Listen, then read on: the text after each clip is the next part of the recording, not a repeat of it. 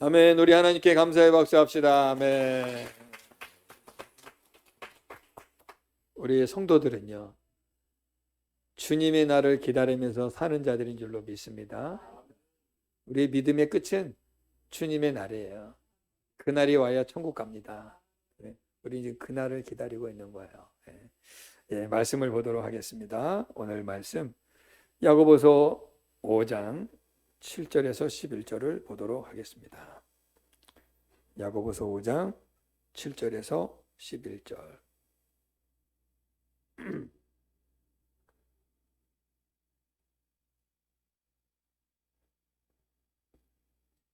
우리 한 목소리로 같이 읽어보도록 하겠습니다. 시작. 그러므로 형제들아, 주께서 강림하시기까지 길이 참으라. 보라, 농부가 땅에서 나는 귀한 열매를 바라고 길이 참아 이른 비와 늦은 비를 기다리나니 너희도 길이 참고 마음을 굳건하게 하라. 주의 강림이 가까우니라. 형제들아, 서로 원망하지 말라. 그리하여야 심판을 면하리라. 보라, 심판주가 문 밖에서 계시니라. 형제들아, 주의 이름으로 말한 선지자들의 고난과 오래 참음의 본을 삼으라. 보라, 인내하는 자를 우리가 복되다 하나니 너희가 욥의 인내를 들었고 주께서 주신 결말을 보았거니와 주는 가장 자비하시고 긍휼히 여기시는 이시니라. 아멘. 할렐루야. 한 주간 다들 평안하게 잘 지내셨죠? 드디어 오늘 봄비가 내렸습니다. 새벽에는 안 왔는데 아침에 이렇게 나와 보니까 봄비가 촉촉히 젖어 있더라고요. 보면서 그 생각을 들었어.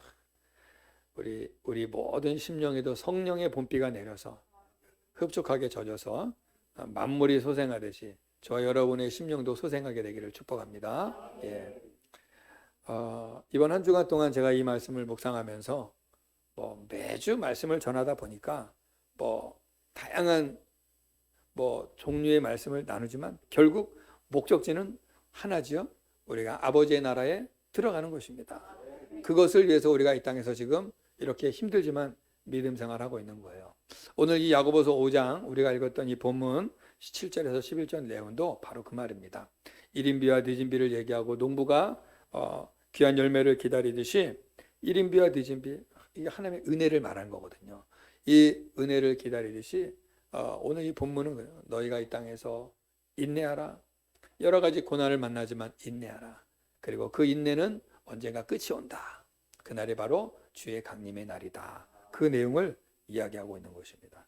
오늘 세 가지를 우리가 좀 생각해 보려고 그래요. 첫 번째는 무엇을 인내하는가? 무엇을 인내하는가? 자, 무엇을 인내하나? 오늘 본문에 보니까요. 10절과 11절 한번 여러분 보시기 바랍니다. 10절에 보면은 주의 이름으로 말한 선지자들의 고난과 오래 참음을 본받으라 그랬죠. 선지자들이 뭐 하는 사람들입니까, 여러분? 구약에서 하나님의 말씀을 전하는 자들입니다. 하나님의 메시지를 받아서 백성들에게 전해요. 그런데 우리가 잘 알듯이 그 당시에 백성들이 말씀을 듣습니까? 안 듣습니다. 예레미야 선지자 같은 경우는 하나님이 주신 말씀 전했다가 매를 맞고 감옥에 갇히고 같은 동료 선지자들에게도 미움을 받았단 말입니다. 너에게만 하나님의 말씀이 임했느냐 하면서 막 그를 괴롭혔죠. 근데 다른 선지자들은 전부 다 그 당시에 이스라엘이 바벨론의 포로 생활할 것이다. 하나님이 선지자를 통해 말씀하셨는데 다른 모든 선지자들은 그런 일이 없습니다. 우리나라는 주구장창 잘 될 겁니다. 막 이런 얘기를 했단 얘기예요. 그러니까 걱정하지 마시고 왕이시여 마음껏 통치하세요. 지금 하던 대로 하세요. 이렇게 왕을 막 띄워줘요. 그런데 우리가 역사를 보면요. 왕에게 쓴소리 안 하고 지도자에게 이렇게 기분 좋은 소리 해주면 당신은 좋겠지만 그 나라는 반드시 망합니다. 충신이 있어야 되는 거예요. 간신만 많은 나라는요. 왕은 기분 좋아요. 그래서 귀가 다 막히고 눈이 막혀서 그 소리에 그냥 넘어가 버립니다. 그런데 그 당시에 선지자들이 전부 다 왕에게 잘하고 있습니다. 괜찮습니다. 우리나라는 안전할 겁니다. 우리나라는 잘 될 겁니다. 계속 그런 얘기 해주니까 왕이 그렇게 믿고 있었던 거예요. 그런데 실상 하나님은 이스라엘을 심판할 계획을 하고 있었습니다. 왜 그랬을까요? 그 당시에 이스라엘이 하나님을 섬기지 않고 이방신을 섬겼습니다. 우상 숭배했습니다. 다른 나라의 신들을 다 하나님과 겸하여 섬겨버렸습니다. 하나님은 혼합하는 걸 싫어하세요. 하나님은 오직 하나님만을 섬기기를 원하십니다. 그래서 십계명 1계명이 뭐예요? 하나님 외에 다른 신을 내게 두지 말라. 근데 이스라엘이 지금 막 하나님 외에도 여러 신들을 섬겼단 말이죠. 그런데도 괜찮다, 괜찮다. 다 그런 줄 알았단 말이죠. 예레미야 선지자가 하나님 말씀 전했다가 사람들에게 매를 맞고 감옥에 갇히고 미움을 당하고 고난을 많이 겪었습니다. 그러니까 하나님의 메시지를 바르게 전할 때 고난이 오는 것이죠. 그래서 그거를 생각하라. 우리가 이 땅에서 믿음으로 살려고 바르게 살려다 보면 여러분 세상으로부터 비난을 받습니다. 고난을 받습니다. 뭘 그렇게 요란스럽게 믿음 생활하노? 적당히 해라. 뭘 그렇게 열심히 기도하노? 적당히 해라. 이런 유혹이 오죠. 사실 목사님 저도 어쩔 때는요, 힘들고 지칠 때는 내가 이게 지금 잘하고 있는 건가 싶은 유혹이 오거든요. 그러니 여러분, 목사님 저도 그러면 여러분은 오죽하겠습니까? 더군다나 여러분 사회생활 하잖아요. 저야 뭐 그냥 하루 종일 그냥 우리 성도들 생각하고 어떻게 하면 이 성도를 이렇게 도와줄까, 저 성도를 저렇게 도와줄까, 또 성경 말씀 보고 설교 준비하고 또 뭐 이것저것 또 성경 공부 준비하고 저야 뭐 그냥 제 삶이 이렇게 이제 하나님이 해주셨으니까 이렇게 살지만 그럼에도 불구하고 저도 사람이잖아요. 저도 이 땅에 살고 있으니까 먹어야 되지요. 가족이 있죠. 부모 형제가 있죠. 집안에 일들이 있지 않습니까? 이거 또 장남이라 다 신경 써야 되는 거예요.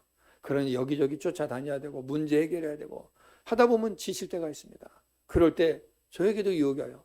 이게 지금 내가 제대로 가고 있는 건가? 예? 이제 나이가 이제 젊으면은 이리 부딪혀보고 저리 부딪혀보고 해서 좀 도전을 해보겠지만 이제는 뭘 새롭게 보기에는 조금 조심스러운 나이가 됐어요. 그러다 보니까 도전 정신도 상당히 많이 줄었습니다. 예전 같으면 뭐 그냥 다 도전해봤죠. 이제 체력도 많이 떨어지고 죄송해요, 홍정아 이사님. 저보다 연세가 많으신데 아주 새파란 제가. 근데 이제 속일 수 없는 것은 50 중반이 넘어가니까 이제 그런 생각들이 사실 들더라고요. 책임질 일도 많아지고 어머니도 이제 연세가 많으셔서 이제 점점 이제 가실 날이 다가오고 그러니까 뭔가 책임질 일이 점점 많아지고 아이들은 커서 이제 시집갈 나이들이 조금씩 돼가고 있잖아요. 그러니까 뭐 아무것도 나는 준비된 거 없는데 어떡하나 뭐 이런 생각. 나는 어제 결혼식 가서 나는 왜 남의 결혼식 가면 내가 눈물이 날까? 나는 여태까지 남의 결혼식 가면 한 번도 안 운 적이 없어요. 특히 딸 결혼식장 가면 눈물이 나. 어제도 눈물이 나가지고 저 구석에 혼자 앉아서 위에 쳐다보고 눈물 안 흘리려고 애를 썼어요. 우리 권사님도 많이 우시더만요. 근데 마음이 전달되더라고요. 지난번에 우리 담비자매 결혼할 때도 그렇게 눈물이 났어요. 그 이제 내 때가 돼 왔다는 거죠. 이제 너도 차례가 다 왔다. 이제 그런 마음인데 그러다 보니까 그런 생각이 들어요. 우리 목사인 나도 인생을 살아가면서 이렇게 주님만 바라본다고 하지만 나도 힘들어서 이렇게 휘청할 때가 있는데 우리 성도들은 오죽하랴. 마음이 그렇게 가더라고요. 여러분 참 이 세상에서 여러분이 믿음으로 살겠다고 부단히도 노력하는 게 쉽지 않죠. 얼마나 힘들죠. 세상으로부터 여러분이 참 바르게 산다는 것은 참 정말 어려운 일입니다. 그럼에도 불구하고 우리는 하나님 말씀 따라 살아야 되니 이 참 보통 일이 아니죠. 이거를 우리가 이겨내야 될 텐데 그래서 오늘 성경은 말해주는 거예요. 선지자들의 고난을 생각해라. 그들도 그랬다. 그 다음에 또 보면은 11절에 보니까 욥이라는 인물이 나옵니다. 욥의 인내를 또 너희가 들었지 않느냐. 욥을 기억하라 그 말이에요. 여러분 욥은 성경에서 고난의 대명사입니다. 고난 그러면 딱 떠오르는, 물론 우리 예수님하고 또 비교할 수 없지. 우리 예수님 말고 우리 모든 죄인인 인간들 가운데 고난 그러면 딱 떠오르는 대명사는 욥이에요. 욥의 고난. 욥은 여러분 하루아침에 알거지가 되지 않았습니까? 하루아침에 그냥 자녀들 다 잃어버리고 그 많은 재산 다 날려버리고 아내도 떠나버리고 몸은 온통 만신창이 그냥 병이 들어서 성경에 보니까 기와장으로 몸을 긁었다. 얼마나 몸이 가렵고 고름이 나고 이 종기가 났으면 기와장으로 긁었겠습니까, 여러분?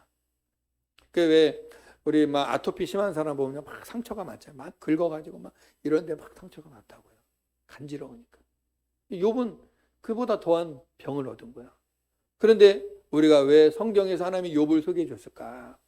욥은 그 과정 가운데서도 그래요. 지으신 이도 여호와시요 취하신 이도 여호와십니다. 주신 이도 여호와시요 취하신 이도 여호와십니다. 오직 여호와만 영광 받으시옵소서. 하나님이 욥이 이걸 감당할 수 있으리라 하나님이 욥을 신뢰했기 때문에 그 고난의 자리에 내주신 거예요. 마귀가 하나님을 시험했잖아요. 격동했잖아요. 그때 하나님이 욥이라는 인물을 통해서 봐라, 내 사랑하는 백성이다 하면서 보여주잖아요. 저는 그 말씀 생각하면서 힘들 때 그런 생각이 들어요. 그래, 하나님이 어쩌면 나에게 지금 이 어려움을 주는 것은, 고난을 주는 것은 지금 이 고난을 내가 잘 이겨내기를 하나님이 응원하고 계시겠구나. 힘들어도 이겨내라. 내가 너를 신뢰한다. 내가 너를 믿는다. 인내해라. 너가 꼭 이겨다오 하면서 하나님이 나에게 격려하시는 것 같아요. 내가 여기서 에따 모르겠다 이러고 만약에 내 감정 따라 살아버리면 하나님이 얼마나 안타까우실까. 내가 너를 신뢰하고 이 마귀가 그냥 공격할 때 너를 통하여 승리를 보여주고 싶었는데 네가 넘어져서 너무 안타깝구나. 그러실 것 같아요. 그래서 막 힘들 때는 그걸 생각합니다. 그래서 오늘 성경도 말하면 욥을 생각하라. 저 여러분 살다 보면 참 모든 것을 내려놓고 싶을 때 있죠. 포기하고 싶을 때 있죠. 정말 뭐 남의 일이라고 우리가 함부로 말할 수 있는 건 아니지만 정말 얼마나 괴로웠으면 스스로 목숨을 끊을까. 얼마나 괴로웠으면 다 버리고 도망가 버릴까. 이해는 우리가 할 수 있을 것 같아요. 그 입장이 안 되면 모르는 거죠. 그런데 그럼에도 불구하고 우리는 하나님의 백성 아니겠습니까? 하나님이 우리를 향하여서 기대하시고 계신단 말이죠. 그래서 내가 여기서 무너져 버리면 하나님이 얼마나 안타까워 하시겠습니까? 내가 힘들어도 견뎌내고 인내할 때, 오늘 성경에 보니까 욥의 결말을 보았거니와 이러잖아요. 뭐예요? 결말은 어때요? 욥의 결말은 너무 좋았습니다. 우리 욥기를 읽어보면요, 그렇게 고난받았지만 욥의 결말은요, 하나님이 7배의 복을 더 주십니다. 나중에는요 보면은 욥의 원래 딸들이 있었는데 아주 이뻤대요. 근데 이 자식들을 다 잃어버렸잖아요. 그 다음에 욥이 이 고난을 통과하고 나서 하나님이 이전보다 더 부하게 하셨고, 자식들을 또 낳았는데 이전에 낳았던 자식들보다 훨씬 더 아름답게 허락해 주셨다 그랬어요. 그러니까 우리가 인내하고 이 고난을 통과하게 되면 하나님이 준비해 놓으신 것이 반드시 있다는 것을 여러분 기억하시길 바랍니다. 그래서 우리 인내할 수 있는 거예요. 오늘 인내하라 그럽니다. 보십시오. 자, 7절에 보니까 이렇게 말하죠. 7절 8절에 형제들아 주께서 강림하시까지 뭐하라고 그래요? 길이 참으라. 길이 참으라. 그 다음에 8절에도 보니까 너희도 길이 참아라. 이 길이 참다란 말은 뭐예요? 인내하라 그 말입니다. 오래 참으라. 인내하라. 우리가 이 땅에서 믿음으로 살아갈 때 우리가 해야 될 일이 뭡니까? 인내해야 되는 것입니다. 무엇을 인내해야 되나? 오늘 아까 우리가 좀 전에 살펴봤던 것처럼 고난에 대하여 인내하라. 우리 삶 자체는 온통 고난입니다, 여러분. 뭐 아기들이 태어나서 너무 이쁘지 않습니까? 태어나면 근데 그 아기들도 참 뭐 미안한 얘기지만 고생하러 태어났잖아요. 태어나서부터 이제 고생해요. 지도 살아야 되니까 먹어야죠.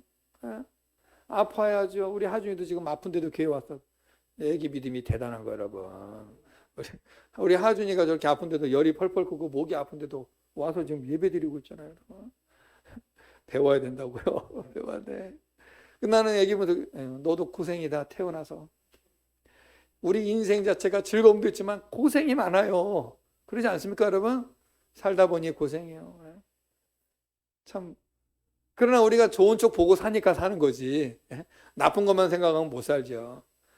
근데 우리 솔직하게 변명할 수 없는 것은 인생은 좋기도 하지만 고생의 길이다. 그러지 않습니까? 고생이요. 하나 넘으면 또 이 문제가 해결되면 저 문제 뻥. 저도 이렇게 가만히 보면 내 삶에 있어서 이 문제가 있어서 한두 달 문제가 돼서 겨우겨우 해결하면 또 엉뚱한 데서 또 뻥 터져서 또 그것도 해결하러 쫓아다니고, 이 끊임없는 일들이 일어나고 있단 말이죠. 우리 어머니가 안 아팠는데 요즘 또 아파서 또 뇌경색 비슷한 게 와가지고 지금 갑자기 또 병원에 입원했어요.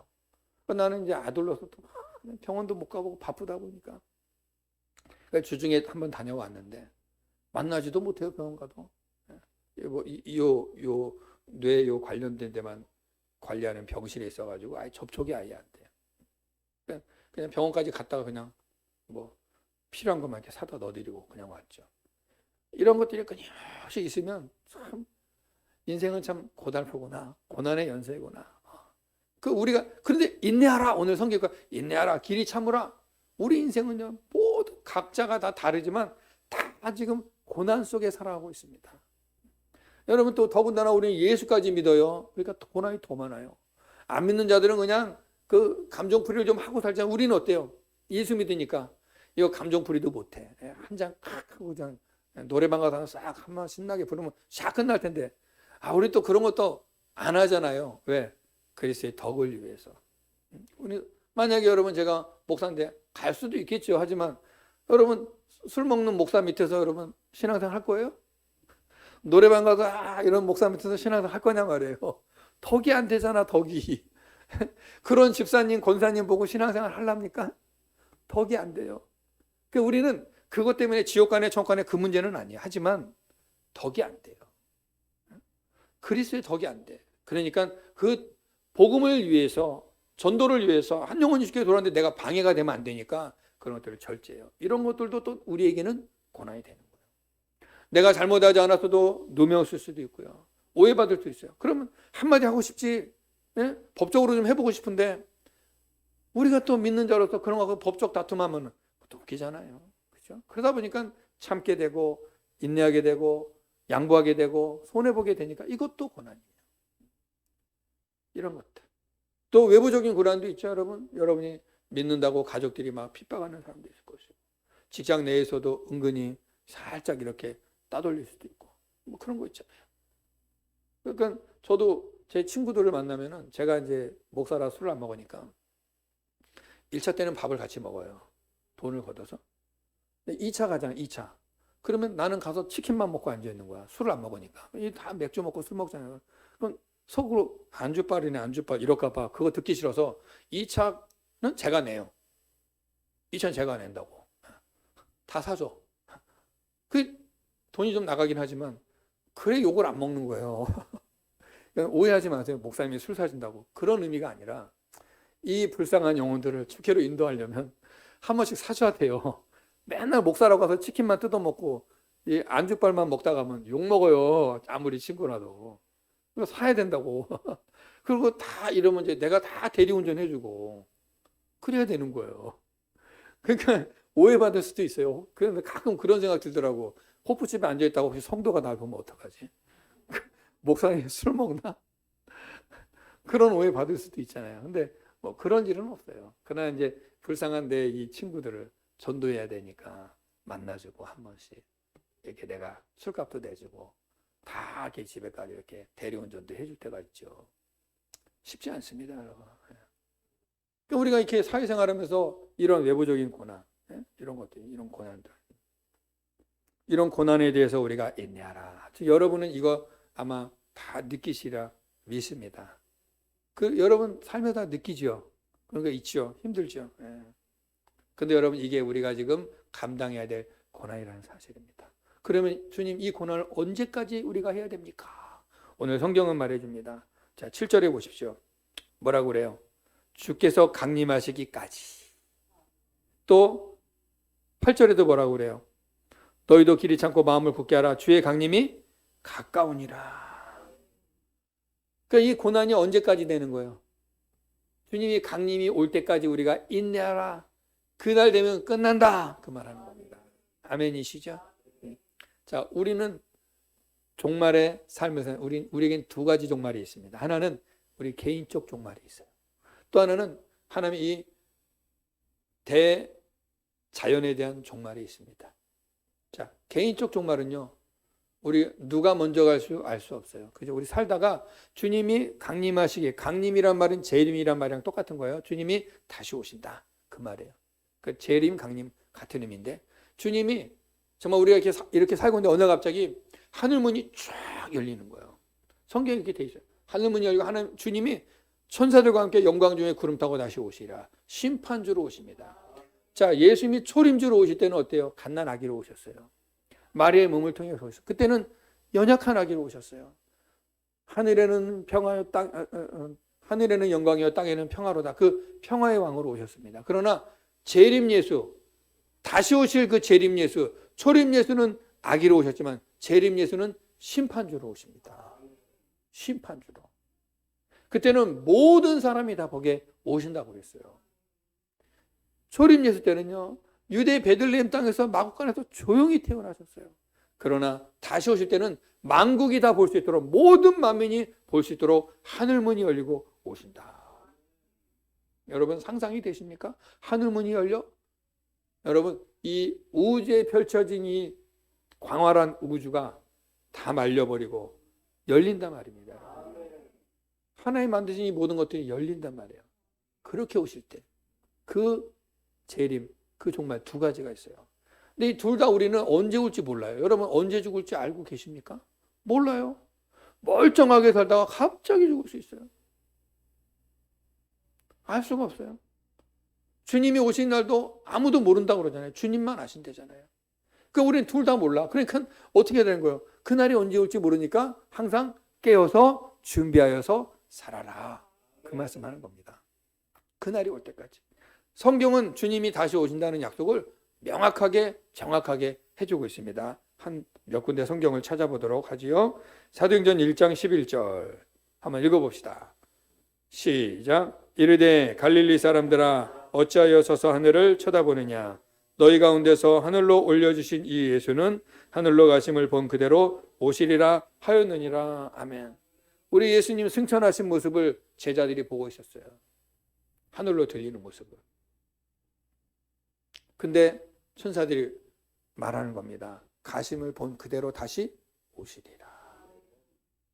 우리 예수님도 말씀하셨어요. 요한복음 14장 1절에서 3절 시작. 너희는 마음에 근심하지 말라. 하나님을 믿으니 또 나를 믿으라. 내 아버지 집에 거할 것이 많도다. 그렇지 않으면 너희에게 일렀으리라. 내가 너희를 위하여 거처를 예비하러 가노니 가서 너희를 위하여 거처를 예비하면 내가 다시 와서 너희를 내게로 영접하여 나 있는 곳에 너희도 있게 하리라. 아멘. 주님이 분명히 말씀해요. 내가 너희를 위하여 처소를 예비하러 간다. 우리가 있을 곳을 준비하러 가신다는 거예요. 그리고 다시 와서 너희를 나 있는 곳으로 인도하리라. 그래서 우리 예수님이 그러신 거예요. 너희는 보화를 땅에 쌓지 말고 하늘에 쌓아라. 이 땅에 쌓으면 땅에서는 잘 삽니다. 근데 없어요. 하늘에 쌓아야 돼. 그러면 하늘에다 보화를 쌓으면 뭐 돈을 하늘에다 저금합니까? 그건 아니잖아요. 뭐예요? 예수 믿는 믿음, 순종하는 삶, 충성하는 삶, 헌신하는 삶, 우리가 얼마나 더 하나님을 가까이 하고 얼마나 더 주님을 사랑하고 말씀대로 순종하여 사는가, 이 모든 것들이 하늘의 보화로 쌓인다는 거예요.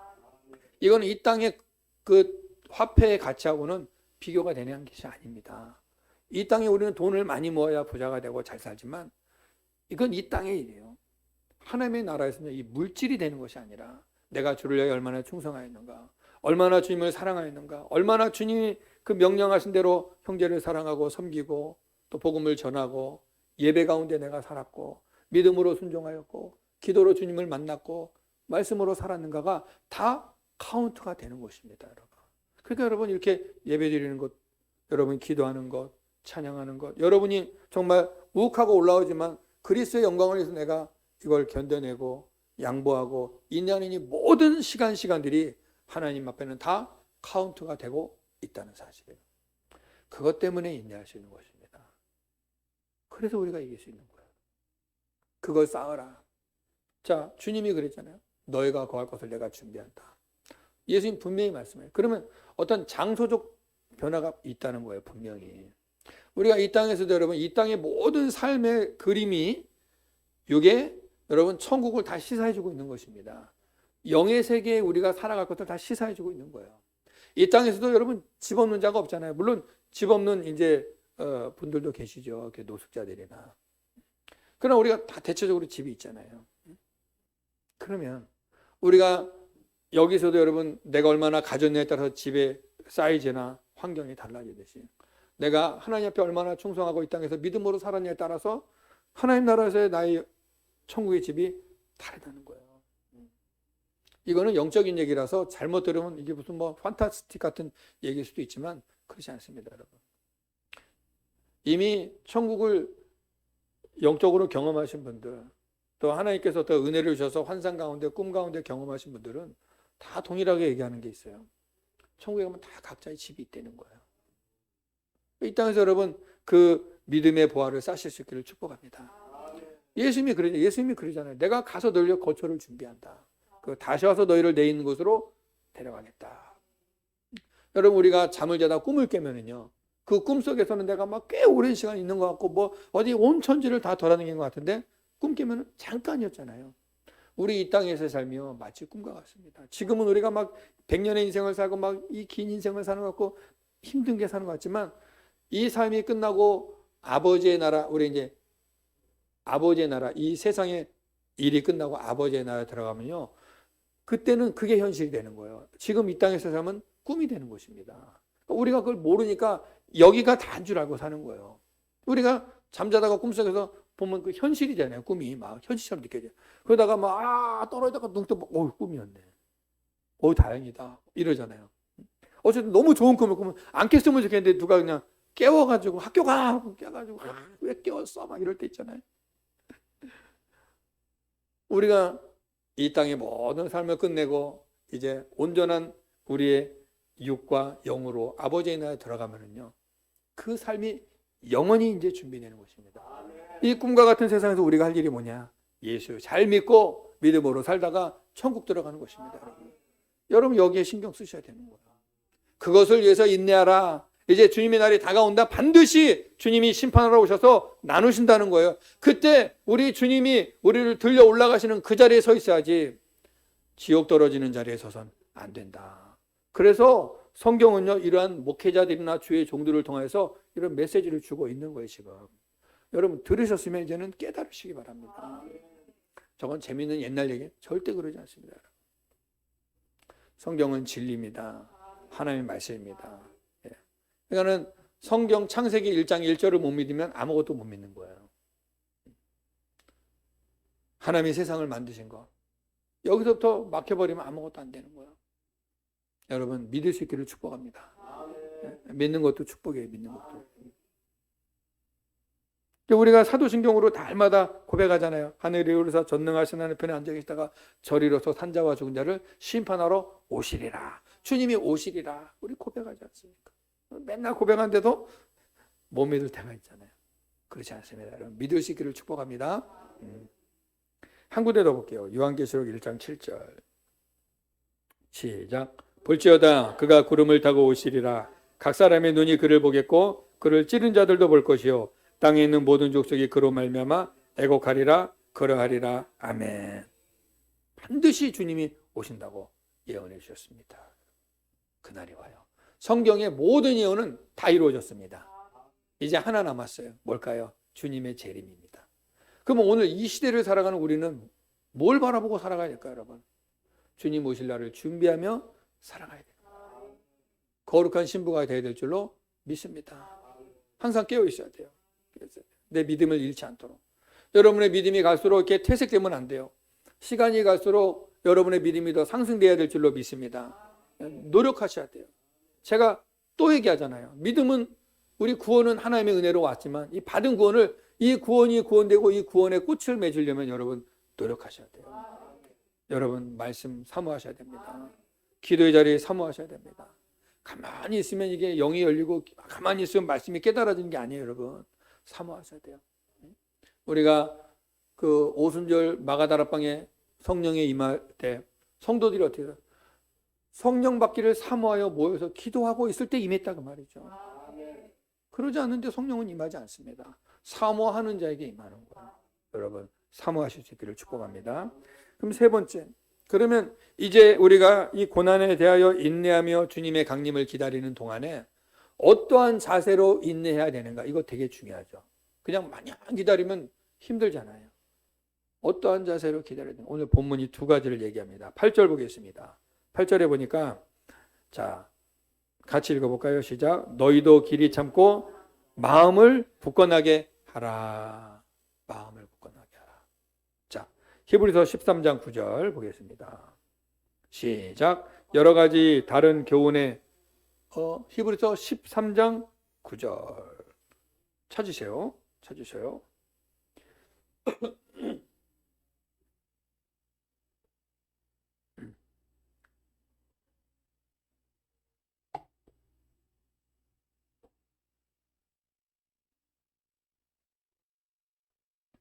예, 그럼 같이 한번 읽어봅시다. 13장 9절 시작. 여러 가지 다른 교훈에 끌리지 말라. 마음은 은혜로서 굳게함이 아름답고 음식으로서 할 것이 아니니 음식으로 말미암아 행한 자는 유익을 얻지 못하느니라. 아멘. 자, 마음은 무엇으로 굳게 하라고요? 무엇으로? 은혜로. 자, 다시 한번. 마음은 무엇으로? 은혜로서 굳게 하라. 오늘 본문에서도 뭐라고 그래요? 마음을 굳게 하라. 무엇으로? 은혜로. 그러니까 우리 마음을 단단하게 하고 굳게 하려면은 방법이 뭘까요? 은혜예요, 은혜. 하나님의 은혜로 우리 마음을 채워야 됩니다. 그래서 여러분이 우리 마음이 은혜로 채우지 않으면 어떻게 될까요? 마음이 여러분 생각해 보세요. 우리 신앙생활 할 때. 은혜가 식으면 어떤 일이 일어나죠? 은혜가 식으면 나타나는 여러 가지 증상이 있습니다. 자, 원망, 불평이 생깁니다. 은혜가 식으면. 다 싫어. 귀찮아. 은혜가 식으면. 또 은혜가 식으면요. 예배 드린 것도 별로 그렇게 마음에 안 왔다. 기도하고 싶지 않아. 말씀 별로 관심 없어요. 영혼에 대해서 전혀 관심 없어요. 나도 힘들어 지금. 이런 상태가 돼요. 근데 은혜가 충만하면 어떤 일이 일어나죠? 너그러워져요. 누가 실수하는 거, 누가 좀 잘 모르는 거 이해할 수 있어요. 품어줄 수 있어요. 또 환경은 불편해도 원망하지 않습니다. 이것도 감사합니다. 감사가 나와요. 은혜가 충만하면. 은혜가 충만하면요. 어떻게 하면 이 좋은 예수님을 소개해 줄까? 여기 관심이 있어요. 은혜가 충만하면 예배 드리고 싶어요. 기도하고 싶어요. 말씀 보고 싶어요. 전도하고 싶어요. 이게 차이가 엄청 나는 거예요. 그러니까 우리 마음이 은혜로 충만하지 않으면 여러분 이 믿음을 감당할 수가 없고요. 이 마지막 때에 우리 믿음을 지킬 수가 없어요. 그래서 성경은 말합니다. 마음은 은혜로서 굳게 하라. 그래서 여러분 은혜를 사모하시기 바랍니다. 은혜가 식지 않도록 여러분 사모하셔야 돼요. 늘 말씀 붙잡으셔야 됩니다. 늘 기도하셔야 됩니다. 여러분. 늘 기도하셔야 돼요. 예배 사모하셔야 됩니다. 늘 주님께 매달리셔야 돼요. 여러분이 내 열정이 하나님 앞에서 내 믿음의 열정이 식지 않도록 정말 몸부림치셔야 됩니다. 그 다음에 9절에 보니까 또 뭐라 그러는가? 본문 9절 시작. 형제들아 서로 원망하지 말라. 그리하여야 심판을 면하리라. 보라 심판주가 문 밖에 서 계시니라. 뭐 하지 말라고 그래요? 원망하지 말라. 주님의 강림을 기다리는 성도는요 마음을 굳게 해야 됩니다. 은혜로 굳게 해야 돼요. 그러니까 여러분이 부단히도 내 마음에 하나님의 은혜가 식지 않기를 기도하시고 사모하셔야 돼요. 식으면 안 돼요. 결코 식으면 안 돼요. 불 붙어야 됩니다. 예, 사모. 그래서 그냥 예배 자리가 좋아야 돼요. 주님이 기뻐하시는 일을 하고 싶어져야 돼요. 그 다음에 원망하지 말라. 자, 고린도전서 10장 10절 보겠습니다. 왜 원망하지 말라 그랬는가? 시작. 그들 가운데 어떤 사람들이 원망하다가 멸망시키는 자들에게 멸망하였나니 너희는 그들과 같이 원망하지 말라.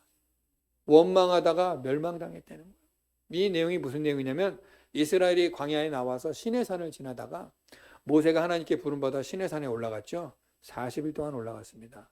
안 내려오는 거예요. 그러니까 밑에 있던 백성들이 불안한 거예요. 야, 우리를 인도할 신을 만들자. 자기네가 신을 만들어버려요. 금송아지.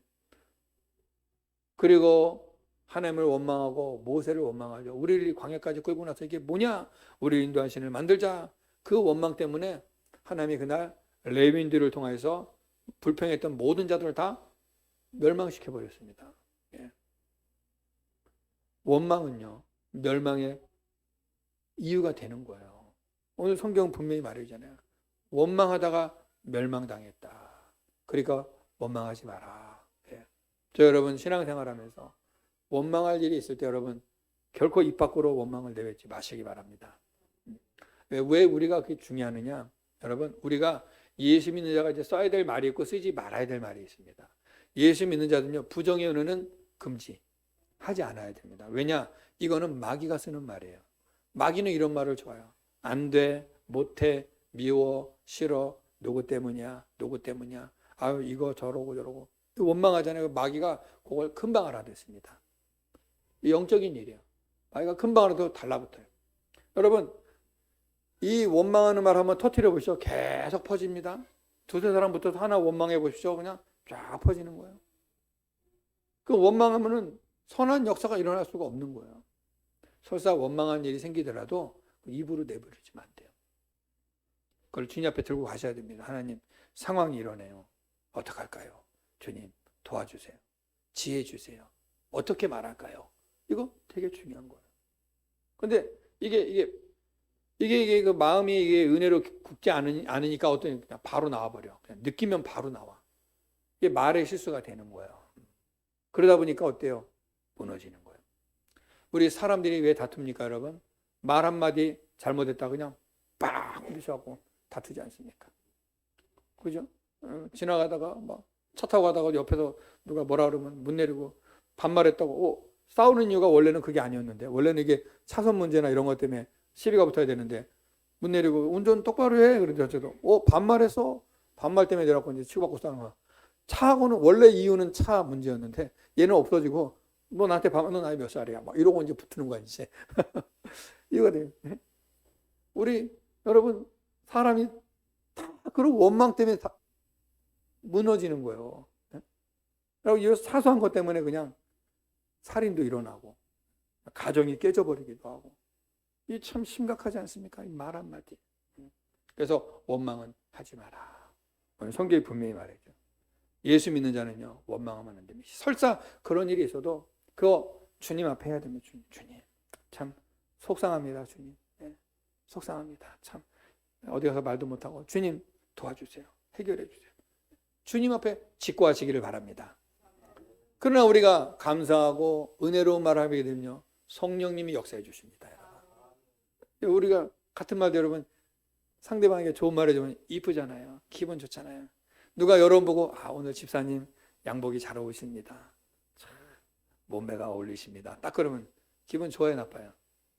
좋지요. 근데 살이 삐져나오신 것 같은데 이러면 다음부터 양복 안 입어. 그냥 두툼한 잠바 입고 다녀. 그냥 머리 예쁘게 하고 하는데 말이야. 너무 잘 어울리세요. 막 10년은 젊어 보이세요. 막 너무 예쁘세요. 이렇게 말씀해드리면 기분이 좋을까요, 나쁠까요? 그 파마 어디서 하셨어요? 아유 너무 꼬불거린다. 이쪽 미용실이 더 좋은데 이러면은 김새지. 말 한마디라도. 이게 참 지혜입니다, 여러분. 지혜. 정말 그래요. 그러니까 우리 사랑하는 성도 여러분, 우리 성도들끼리도 마찬가지야. 서로 만나면은 예쁜 말 써주세요. 반가워해 주세요. 진심으로. 그러면 여러분 이 감사의 말은 더 감사가 풍성하게 되는 것입니다. 또 원망의 말은 서로를 찔러요. 아프게 해요. 공동체를 파괴합니다. 가정을 파괴합니다. 관계를 파괴합니다. 그러나 감사의 말, 은혜로운 말, 세워주는 말, 또 긍정적인 말은요 관계를 회복시켜요. 무너진 가정을 회복시킵니다. 그게 중요한 거예요. 그래서 오늘 성경은 말해요. 자, 주님의 날을 기다리는 성도들이 가져야 될 자세 두 가지. 뭐 하라고요? 마음을 굳게 하라. 그 다음에 원망하지 마라. 절대 원망하면 안 돼요, 여러분. 오늘날 이 세상에 원망이 얼마나 많습니까, 여러분? 원망하다가 그냥 서로 싸우고 미워하고 전쟁하고 지금 난리가 나잖아요. 자기 죄를 절대 인정을 안 해요. 우리 원망하면 안 돼요. 말씀을 마무리하겠습니다. 오늘 우리가 설교 제목이 뭐죠? 인내하라. 주의 강림이 가까우니라. 여러분 이제 주님의 날이 다가오고 있습니다. 잊으시면 안 돼요. 저는 우리 성도님들에게 늘 설교하면서 항상 제가 놓치지 않으려고 하는 것이 뭐냐면 주님의 재림이 있다는 사실을 기억하게 해주고 싶어요. 왜냐하면 이거 잊어버리면 우리가 이 세상에 집중하고 살다가 그날을 잊어버릴 수 있어요. 우리 항상 이제 우리는 이 마지막 시대를 살아가는 성도로서 주님의 재림을 준비하는 성도가 돼야 돼요. 믿음으로 깨어 있어야 되고 늘 성령으로 깨어 있어야 되고 거룩한 신부로 단장되어 있어야 됩니다. 그래서 주님이 언제 오시더라도 아멘 주 예수여 오시옵소서 하고 맞으러 나가야 되는 거예요. 그거 준비하는 거 그거 여러분 우리가. 그러니까 정말 오늘 이 말씀처럼 여러분 인내하시기 바랍니다. 힘드셔도 여러분 그 고난들을 인내하시기 바랍니다. 주님의 날이 이르면 끝납니다. 끝나요. 그때까지 여러분 마음은 은혜로서 굳게 하고 원망은 하지 않고 우리 주님 안에서 승리하는 우리 성도님들 될 수 있기를 축복합니다. 예.